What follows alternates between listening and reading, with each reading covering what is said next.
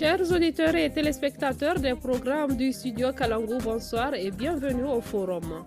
Pour rappel, les programmes du studio Kalangu sont diffusés via notre réseau de 52 radios et 7 télévisions partenaires dans tout le Niger. Nos contenus sont aussi accessibles sur www.studiokalangu.org et sur Facebook. Aujourd'hui, nous allons parler de comment garantir et renforcer la sécurité foncière au Niger.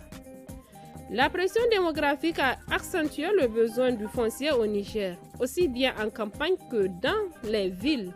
Et son acquisition devient de plus en plus un objet de convoitise, surtout pour les personnes nantis. Cependant, il existerait des cas d'arnaque dans la vente de terrain au Niger, ce qui a créé un climat de méfiance entre vendeurs et acquéreurs. Pour discuter de cette problématique, nous avons le plaisir de recevoir dans ce studio M. Issifi Diabaté, responsable du service domanial à la commune urbaine de Niamey. Bonjour M. Issoufou. Bonjour madame. Nous avons aussi sur ce plateau M. Abdelaziz Issaq Mossi, président directeur général de GIPS IMO. Bonjour M. Issaq Mossi. Bonjour madame. Et également sur ce plateau, nous avons M. Issaq Jibo, démarcheur, qui vient de créer aussi son agence immobilière. Bienvenue sur ce plateau.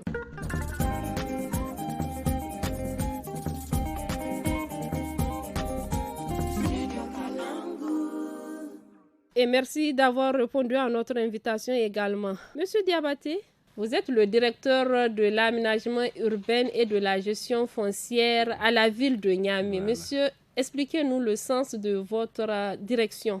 Merci pour l'occasion que vous nous offrez de nous entretenir avec la population, de parler de nous, de ce que nous faisons. Parce qu'en réalité, le problème de fond, c'est la communication interacteur.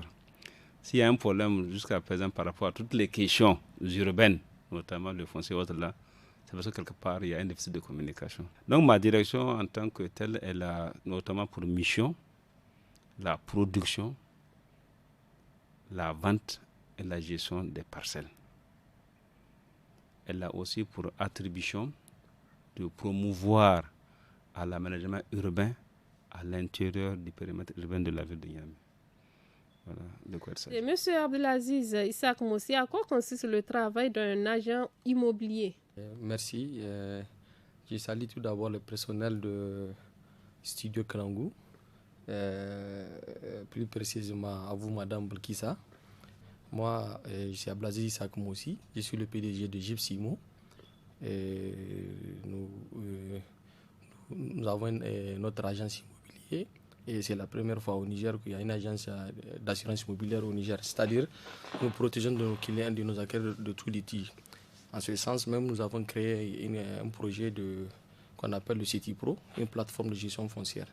Donc, dans ce sens, nous avons beaucoup d'informations concernant le foncier au Niger et nous avons plus de décennies d'expérience dans ce domaine. Donc, voilà un peu de ce qu'on peut vous dire de nous pour le moment. Merci, M. Abdelaziz Issaq. M. Issaq Jibo, expliquez-nous le rôle d'un démarcheur, bien que vous êtes aussi un agent immobilier. Expliquez-nous votre rôle en tant que démarcheur. D'accord. Merci, Mme Belkissa. Merci aussi à Studio Kalangu.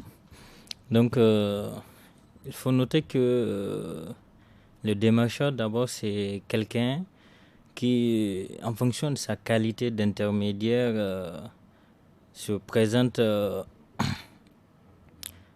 à des personnes, soit physiques ou morales, en vue de les vendre une parcelle, et à les amener à signer aussi un contrat. Donc, quand on dit démarcheur aussi, il faut savoir que ce n'est pas tout le monde qui est démarcheur.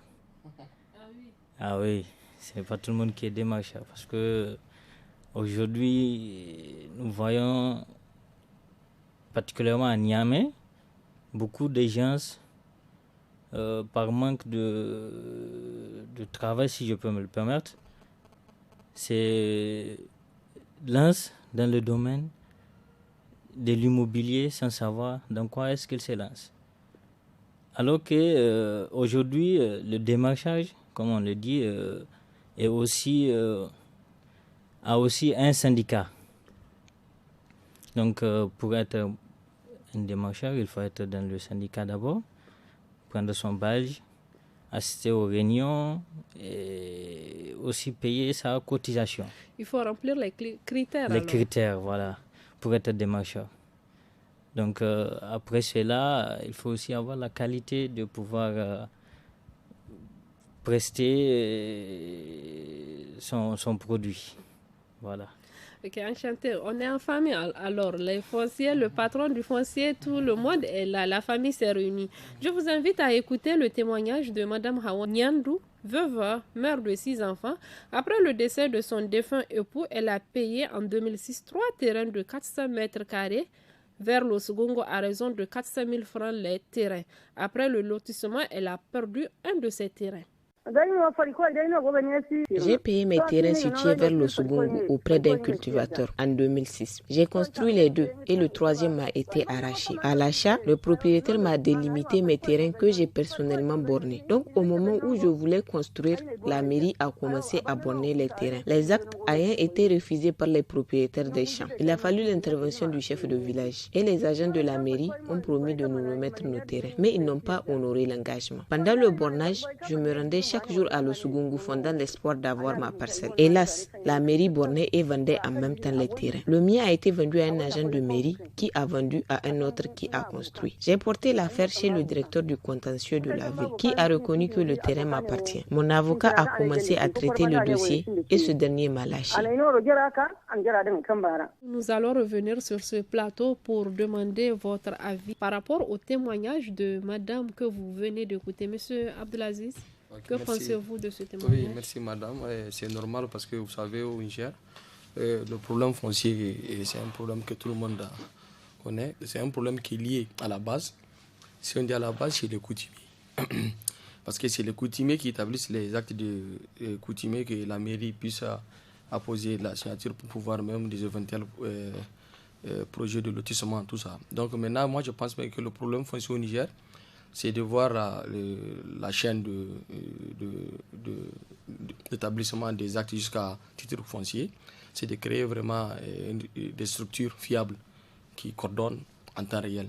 Aujourd'hui, vous allez voir même le cadastre. Il arrive à faire des transactions ou bien établir des fonciers sans que la mairie le sache. Et la mairie aussi, c'est sur le même cas. Donc voilà, c'est de vraiment... Je pense même que le problème foncier, c'est qui est à la base de ça. Il n'y a pas une structure fiable au Niger qui permet d'authentifier réellement une acquisition. Parce que les informations ne sont pas coordonnées. Donc voilà, du coup, et les chefs, par exemple, je vous donne le cas, un chef coutumier qui a établi des ventes coutumières à quelqu'un, après son décès, c'est pour que celui qui va être élu, ils ont des contentieux, ils ont des litiges. Après sa réaction, il peut mettre en cause la vente du monsieur. Donc tout ça là, c'est des facteurs qui contribuent à ces genres de cas qu'on vient de voir. Merci monsieur Abdelaziz. Monsieur Issa Kajibo, que pensez-vous de ce témoignage que vous venez d'écouter? Donc merci. Moi, je pense qu'il y a une obligation des chefs de village d'abord, parce que comme la dame l'a relaté tout à l'heure, c'était le chef du village de l'Osugungu qui devrait d'abord prendre la responsabilité, parce que lorsque la dame avait acheté le terrain, c'est-à-dire la responsabilité incombe au chef du village d'abord de faire une vente coutumière et une détention coutumière à la dame. Tant que la dame a ces deux papiers, cela signifie que le terrain lui appartient. Maintenant, s'il y a nécessité de mettre le terrain dans un lotissement, la dame amène les papiers qui lui a été rédigés par le chef du village, ce qui atteste que le terrain lui appartient, et elle signe le contrat avec le lotisseur. Si c'est au niveau de la ville de Niamey aussi, parce que le lotissement de l'Osugungu, c'est un ancien lotissement, c'est un lotissement de la mairie. Là aussi, elle amène les papiers qui justifient que le terrain lui appartient.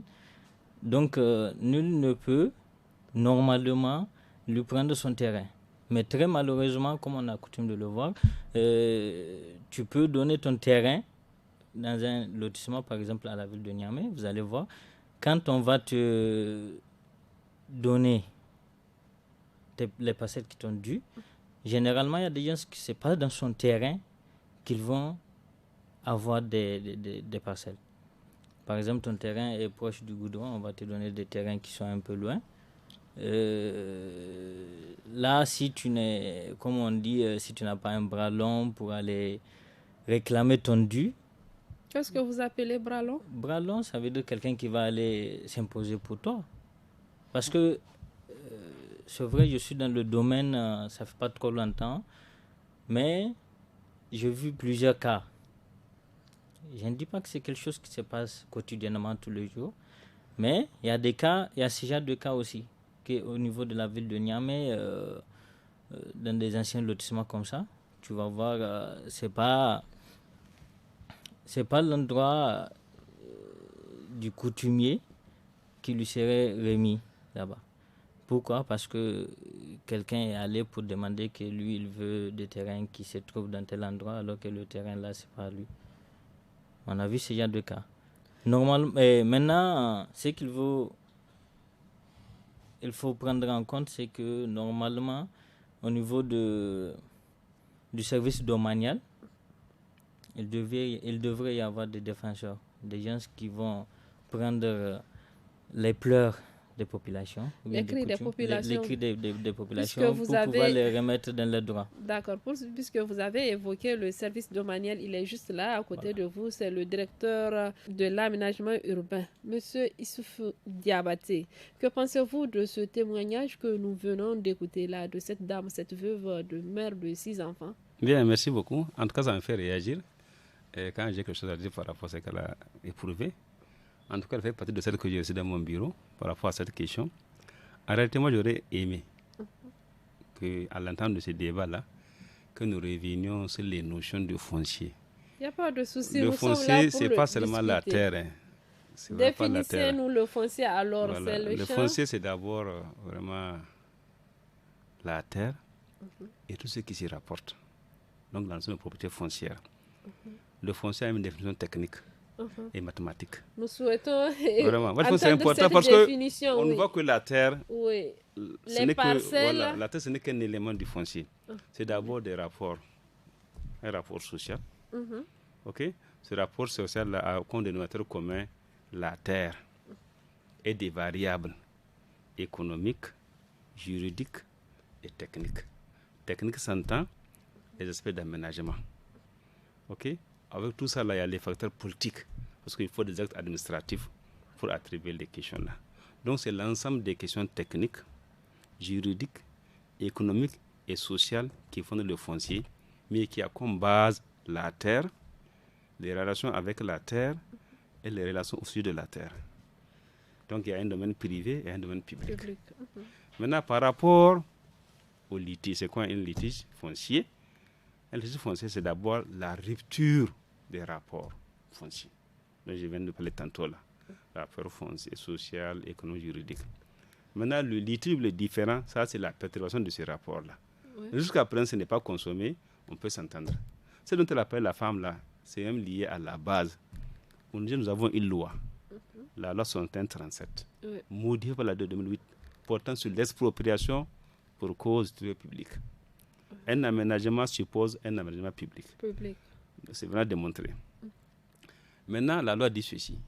En cas d'aménagement, nul individu, nulle collectivité, nulle communauté n'est tenu de céder son champ moyennant une juste mais préalable indemnisation.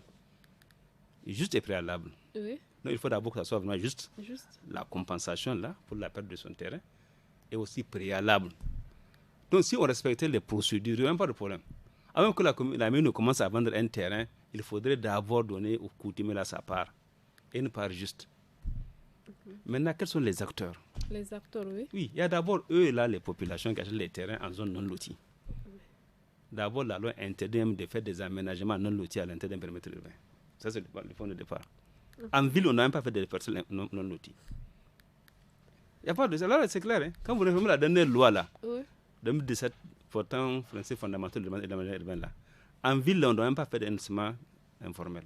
C'est même interdit. Même le maire doit s'opposer et interdire que des gens par eux-mêmes produisent des terrains et vendent des terrains. Mais les terrains leur appartiennent pourtant. Oui, mais les terrains leur appartiennent, mais là impose un cadre pour ça. Les terrains les appartiennent, hein, c'est clair.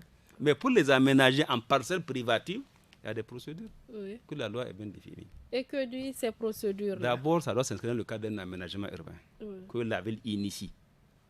Et pour que la ville même soit propriétaire d'un aménagement urbain, il faut d'abord des préalables. Même la mairie, il faut d'abord qu'il y ait ce qu'on appelle une délibération du conseil qui donne mandat au maire de faire un aménagement urbain, de faire le lotissement. Il faut d'abord que le conseil donne au maire le pouvoir de le faire. C'est ce qu'on appelle délibération. Après cela, on doit convoquer localement une commission d'urbanisme pour prendre en compte les besoins des populations en termes d'équipement d'infrastructure. Ce que moi je vais faire, je demande à avoir une situation, un état de lieu. D'abord, la pièce signée par le chef de village, la superficie de son terrain et le coordonnées XY de son terrain. Pour avoir la superficie et en quoi est-ce qu'elle a été touchée par le lotissement. Et dans tous les cas, si tu as 3 parcelles de 400 mètres carrés, quand on fait un aménagement, tu ne peux avoir que la moitié, tu peux avoir les 3 parcelles. La dame, elle confirme qu'elle a, sur les 3, elle a reçu les 2 parcelles. Mais elle a eu déjà tout. Elle ne peut pas avoir les 3. C'est ce que je vous dis. Quand on fait un aménagement, quand tu as un champ, qu'elle soit un aménagement public ou privé, on discute. Il y a une part réservée aux parcelles, ce qu'on appelle l'habitat, une part réservée à la voirie et une part réservée aux équipements. Et la loi au Niger dit que l'habitat ne doit pas dépasser 55%. L'habitat, l'espace de l'habitat là, ne doit pas dépasser 55%. Les équipements, 15 à 20%, et l'autre là, c'est la voirie. Donc, si vous avez 100 parcelles produites dans votre champ, on discute. Vous pouvez avoir 50-50. Avec l'État ou la mairie? Que ce soit le cas. Que ce soit la mairie ou un promoteur privé, il discute avec le promoteur coutumier. La loi que je viens de dénoncer là n'a pas parlé d'un taux. Elle a juste parlé d'une juste et préalable indemnisation. Il n'y a pas un taux qui est prévu. Donc c'est un rapport de force entre celui qui a les champs et le promoteur, qui peut être l'État ou un privé. Ceux qui sont entendus là, chacun est train de faire le respecter, moyennant un PV de dédommagement. D'accord. Est-ce qu'on peut acheter un terrain en toute sécurité ici à Niamey, M. Diabaté? Bon, ça vraiment, ça appelle au jeu des acteurs. Hein. Il y avait tantôt, il y a toute une procédure à l'étude. Et je vais vous faire le cheminement. Si vous, monsieur, vous comprendrez que si chacun respecte ses propres engagements là, même s'il y a des problèmes là, ils vont être minimes. Au niveau même de la collectivité ou de l'État, il fallait d'abord, je dis, que le conseil municipal délibère sur l'opportunité de lotir ou de ne pas lotir. Il faut que le conseil donne un mandat au maire de lotir ou de ne pas lotir. Et ça, une délibération qui est prise au conseil municipal. Une délibération. Tous les conseils vont de maire qui a le droit de faire un lotissement. Ça, c'est le point de départ. Le second, il faut réunir la commission locale d'urbanisme, qui est une instance technique qui va dire les besoins en espace et en équipement. Quand tout cela est fait, on monte un dossier. Ce dossier technique-là, composé de plusieurs pièces, le réseau de voirie, le réseau d'électricité, le réseau de voirie, d'équipement et de téléphone, tout ça là, le plan de situation, maintenant un rapport technique qui va dire pourquoi on fait le lotissement. Donc, nous allons revenir vers vous. Oui, merci bien. Monsieur Abdelaziz Isaac Mossi, comment se portent les affaires dans le domaine immobilier aujourd'hui? Oui, les affaires dans le domaine immobilier aujourd'hui, en tant qu'un promoteur immobilier, en tant qu'un expert consultant en immobilier aussi au Niger. Donc, je pense que c'est un truc que le grand frère M. Diabaté vient de l'évoquer. C'est la communication qui manque.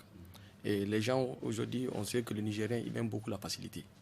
Aujourd'hui, vous savez qu'il y a des institutions que vous abordez, vous pouvez avoir le truc. Donc, les gens aiment la facilité. Regarde, je vous donne l'exemple. Comment on peut vendre un acte de 400 mètres carrés à 50 000 francs? 400 mètres carrés. Oui, exemple, je vous donne. Oui. Un exemple. Oui. Ou bien un îlot complet, on le vend à 100 000 francs.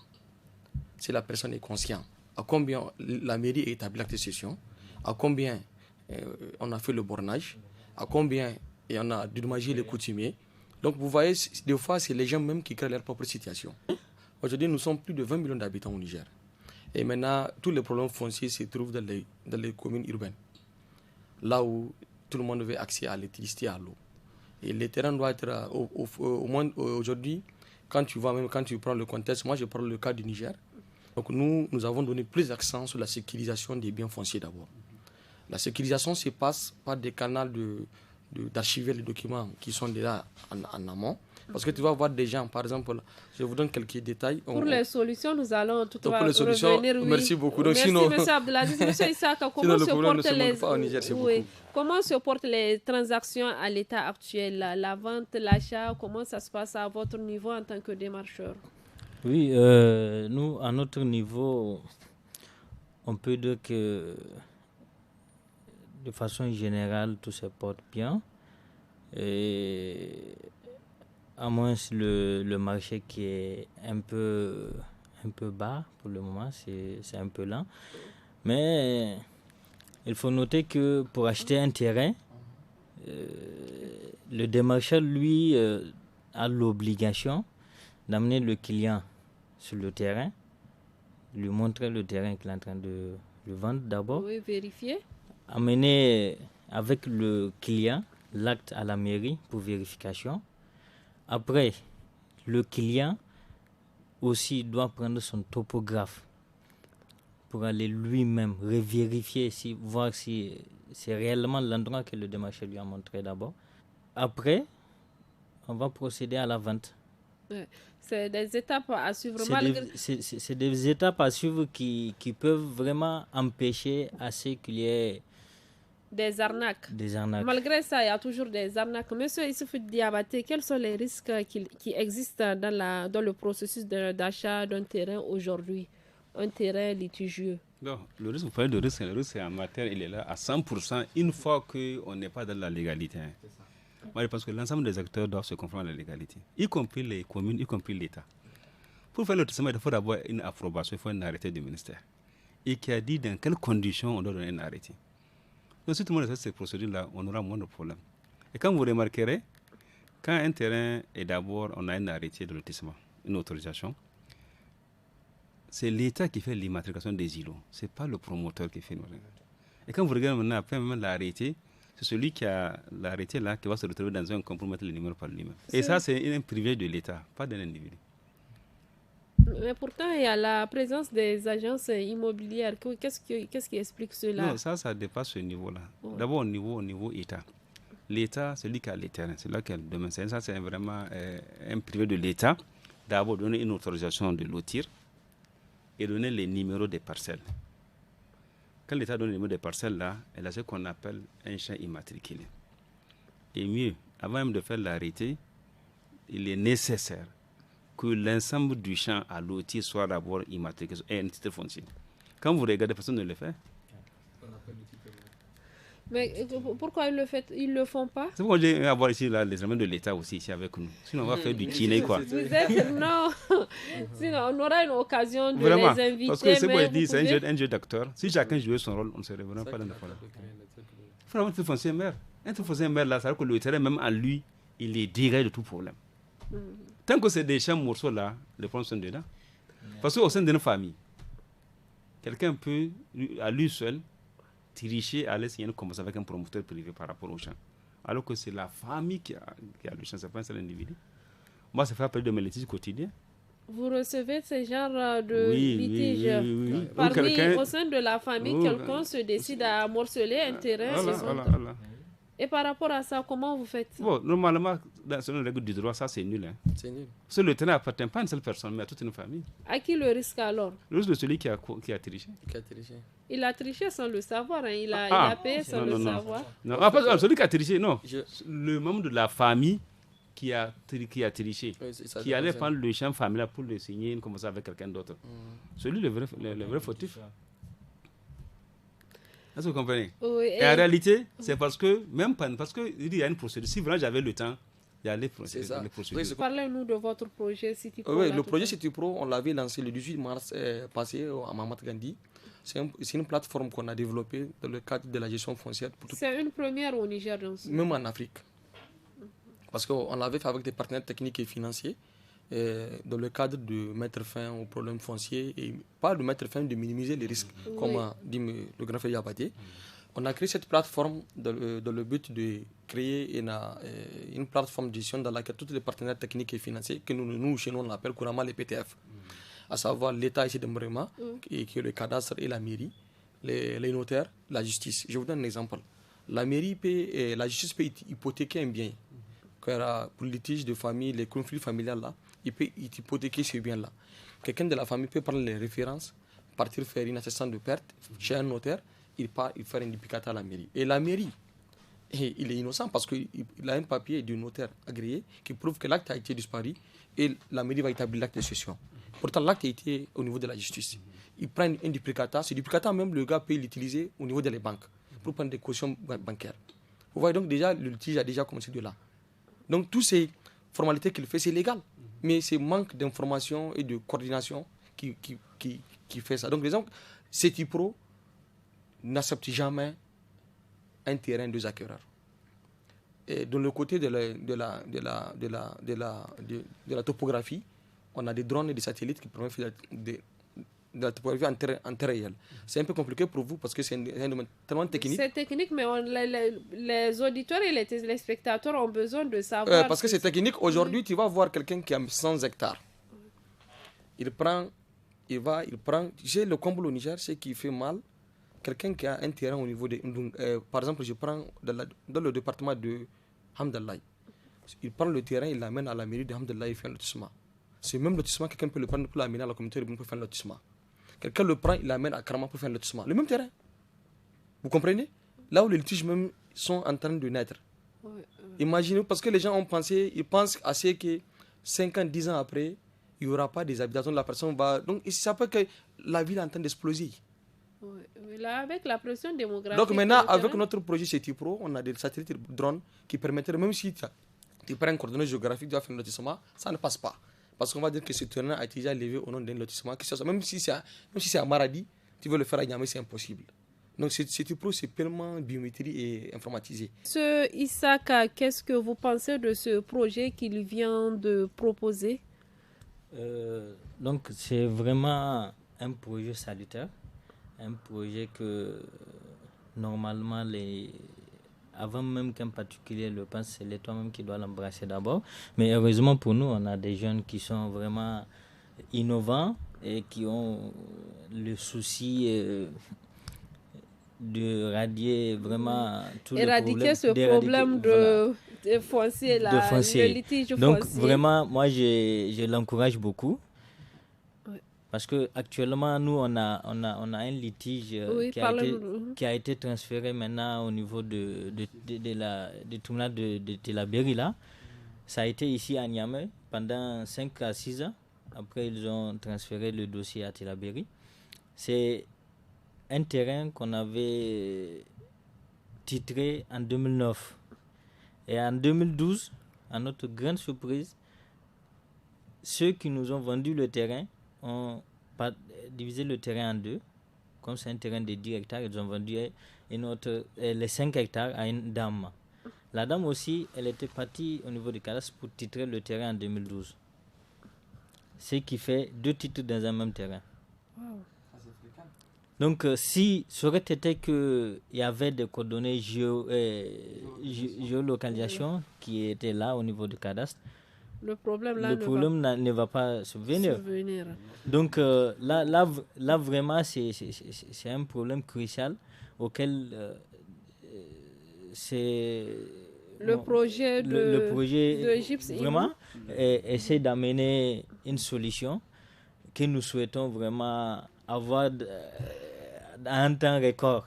Ceux qui nous prennent en cours, le forum d'aujourd'hui est axé sur comment garantir et renforcer la sécurité foncière au Niger. Et nous sommes dans ce studio en compagnie de M. Issouf Diabaté, de M. Abdelaziz Issaka Mossi et de M. Issaka Mossi. M. Issouf Diabaté, vous voulez intervenir tout à l'heure par rapport... Oui.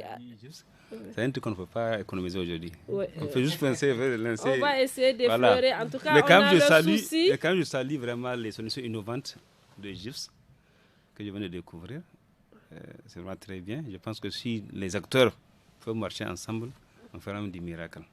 Je salue aussi vraiment le courage et la bonne volonté de ce nouveau corps de métier qui est en train de se professionnaliser. Mais en réalité, pour parler des solutions foncières, il y a toute une procédure, des étapes. Il faut d'abord ce qu'on appelle un retour à l'orthodoxie. C'est-à-dire que chacun connaisse son travail et le faire bien. Il y a d'abord le ministère qui est la tutelle, il y a les collectivités territoriales, il y a les promoteurs immobiliers, il y a eux les démarcheurs, il y a les cabinets de géomètres, de topographes et de notaires. Pour ce débat, on devait avoir à la fois des notaires ici, des géomètres experts, l'État aussi. Nous, on n'est que quelques éléments de tout un système. Vous pouvez, oui, on peut profiter de l'occasion. En tout cas, la prochaine fois, je vais vous aider, on va les convoquer ensemble. Deuxièmement, il est absolument impératif qu'avant de donner un arrêté, qu'on ait un titre foncier maire pour un lotissement. L'avantage, c'est que ça va réduire en amont les litiges. Pour faire un titre foncier, d'abord, il faudrait qu'il y ait une enquête commodo-incommodo. C'est ça. Ça veut dire que l'ensemble de ceux qui ont des champs là vont venir sur le terrain le jour là. Ils doivent tous être convoqués sur le terrain. Chacun va montrer ses limites. Tout à l'heure, la dame qu'on a écoutée tout à l'heure, elle dit qu'elle était sur le terrain durant tout le temps qu'on a pris pour faire lotir le terrain le jour-là. Elle a passé du temps, à chaque fois, elle est toujours présente. Elle dit qu'elle part du matin au soir. Pourtant, elle n'a pas eu gain de cause. La femme en question, là, je ne voulais pas en parler. C'est un cas général. J'ai ma propre cousine qui a été victime de ça. Malheureusement. Ce qui s'est passé en réalité, quand on fait un aménagement, vous avez noté que ça, ce n'est même pas la mission du chef de village de venir. Le monsieur l'aménagement devait se prendre à la mairie. C'est la mairie qui a initié un lotissement. La mairie devait d'abord savoir quelles sont les propriétés qui grèvent le terrain là. On a fait d'abord un état de lieu. Qui ont les champs là-bas? Qui ont les personnes là-bas? Fait d'abord la situation. Mais sur cette base-là, faire maintenant un plan de recollement, un plan d'aménagement. Où on va sortir les voies d'abord, qui sont prioritaires, les équipements, maintenant l'habitat. En principe, tout celui qui a un champ ne doit pas perdre de champ. Mais tu ne peux pas avoir l'intégralité, comme je l'avais dit. Si tu as 3 parcelles, tu peux avoir 1,5. Tu dois aussi contribuer à l'aménagement global du terrain. Donc, le temps est contre nous. Si vous avez des mots, des conseils par rapport à cette situation pour sécuriser le foncier. Monsieur Abdelaziz Issaka, vous avez, c'est vrai, innové avec le projet GIPS IMO, des conseils par rapport à la sécurisation foncière pour éviter les conflits fonciers? Oui, moi, à mon avis personnel, moi je pense que la seule solution, c'est d'essayer de développer avec la participation de tous les partenaires techniques et financiers, de mettre déjà le projet CETIPRO à jour. On a développé une plateforme que déjà une partie a été développée en Croatie, une autre en Chine.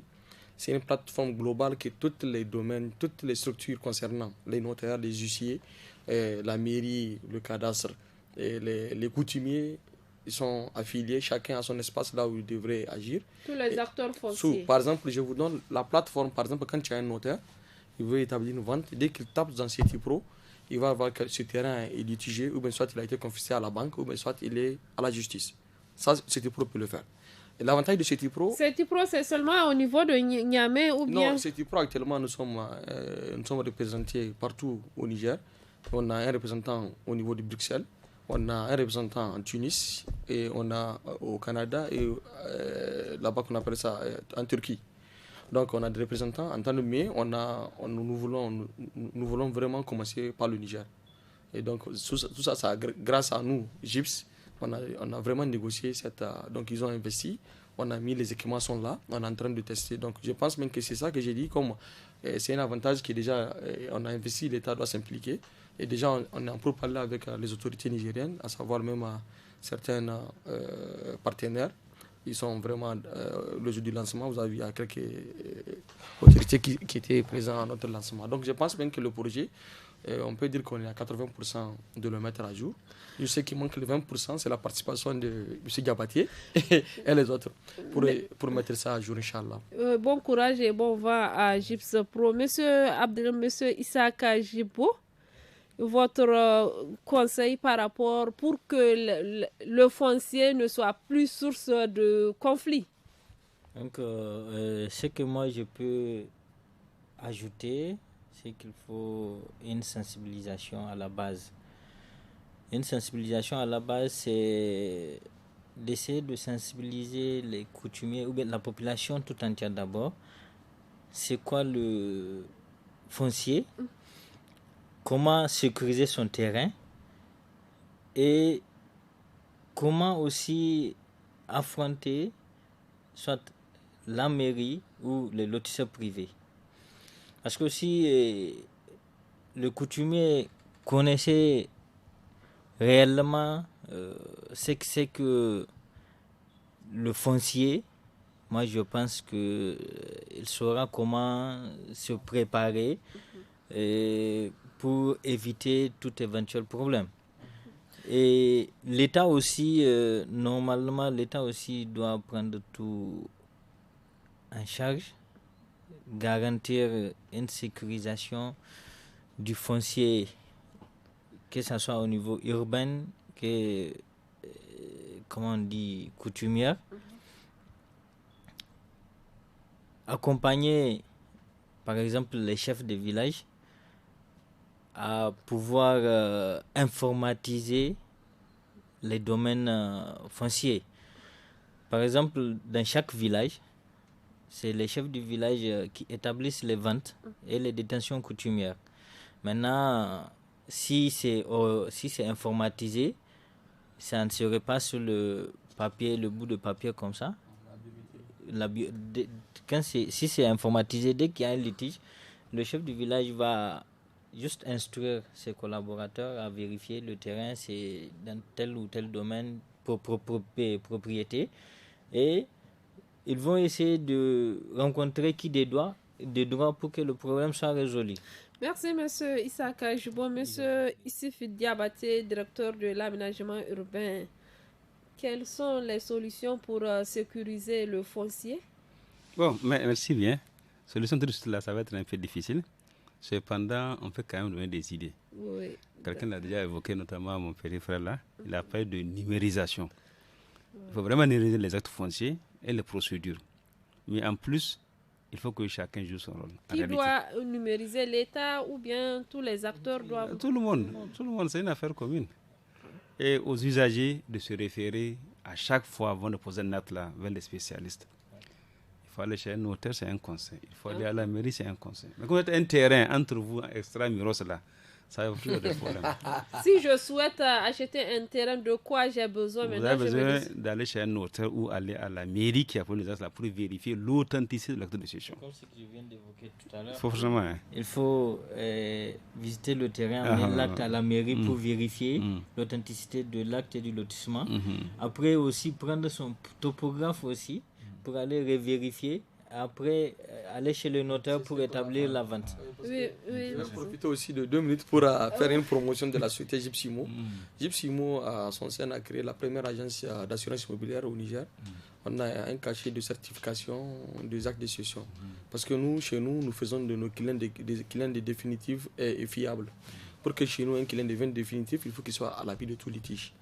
Parce que nous, quand on vient à l'abri de tout litige, donc nous, quand on vend un bien immobilier à un client, le montant du litige, on lui restitue son argent. Après avoir géré le litige, le client il a le choix de reprendre ou ne pas prendre le bien. Donc, c'est-à-dire que nous, on a une station, déjà, on a créé l'agence là. Donc, je peux dire que c'est la première agence d'assurance immobilière au Niger. Merci, monsieur. Oui, monsieur Issoufou Diabaté. Donc, j'ai dit qu'il faut que chacun fasse bien son rôle d'abord. Et puis, l'usager doit se référer vraiment aux vraies sources pour identifier son acte de propriété avant de faire la vente. Deuxièmement, il parle de topographe. En réalité, la loi au Niger, on a créé ce qu'on appelle un ordre des géomètres. Il n'y a que eux là qui sont habilités à poser ces actes-là. C'est pas n'importe quel topographe. Eux, ils sont assermentés. Et quand il y a un litige, eux, ils vont être responsables. Mais quand vous rencontrez un amateur comme topographe, c'est là que vous avez des problèmes. Comment est-ce qu'on peut reconnaître un professionnel topographe? Il y a des géomètres au Niger, il y a les adresses. Quand vous voyez la mairie, moi j'ai la liste. Donc à chaque fois, il faut se référer à la mairie. Il faut aller au cadastre ou à la mairie. Donc de ne plus payer les terrains, les parcelles ou bien les champs en ville ou bien sur Facebook, parce que sur WhatsApp, on voit des gens. Vous pouvez voir l'annonce sur WhatsApp. Mais pour acheter le terrain, il ne faut pas un géomètre. Parce que tu peux acheter le terrain, mais avant de procéder à la vente, tu fais appel à un expert, comme il a dit, à la mairie ou bien au cadastre pour monter l'autre cycle. Les entreprises. Vous avez coupé la parole au grand frère, c'est lui qui est en train de. Excusez-moi, s'il vous plaît, grand frère, je vais. C'est juste pour compléter. Et normalement, toute entreprise immobilière qui est dans le lotissement doit avoir son topographe assermenté. Normalement. Donc, c'est pourquoi nous, s'il y a nécessité d'aller visiter un terrain, on va voir le lotissement, c'est que l'entreprise. On va se référer à l'entreprise. Vous avez un topographe qui connaît l'endroit, qui peut nous montrer l'endroit. Oui. Là, on va partir avec le topographe pour voir les terrains. Maintenant, si nous avons fait visiter nos clients sur le terrain, là, on va laisser aux clients la responsabilité d'aller voir quel topographe lui convienne pour aller faire les visites. Maintenant, pour les démarcheurs, comme je vous ai dit, pour les démarcheurs, il y a un syndicat qui est là. Il y a le syndicat national des agents immobiliers du Niger qui est là, qui a été créé en 2013. Oui. Donc, et depuis lors, le syndicat compte aujourd'hui environ 800 membres. Donc, même pour avoir un terrain, il faut se référer aux démarcheurs qui sont dans le syndicat. Il y a un syndicat spécial pour les démarcheurs. Qui est là pour les démarcheurs. Et exactement, il faut aussi avoir un topographe pour vérifier la viabilité ou bien la véracité du terrain. Auditeurs et téléspectateurs des programmes du studio Kalangu, nous sommes au terme du forum de ce soir axé sur comment garantir et renforcer la sécurité foncière au Niger. C'est vrai, le temps est contre nous. Nous étions en compagnie de M. Issifi Diabaté. Il est le directeur de l'aménagement urbain et de la gestion foncière à la ville de Niamey. Nous étions également en compagnie de M. Abdelaziz Isaac Moussi, président directeur général de Gyps IMO, qui a lancé le projet CETI Pro en mars dernier. Pour sécuriser le foncier, n'est-ce pas? C'est dans tout le Niger, c'est un projet exceptionnel. Monsieur Issa Kajibo qui vient de lancer son entreprise immobilière Sako Dubaï. À la réalisation, c'est Mustafa Ayouba. À la technique, c'est Issa Lawali. Merci et au plaisir de nous recevoir chez vous pour un prochain rendez-vous du forum du studio Kalangu.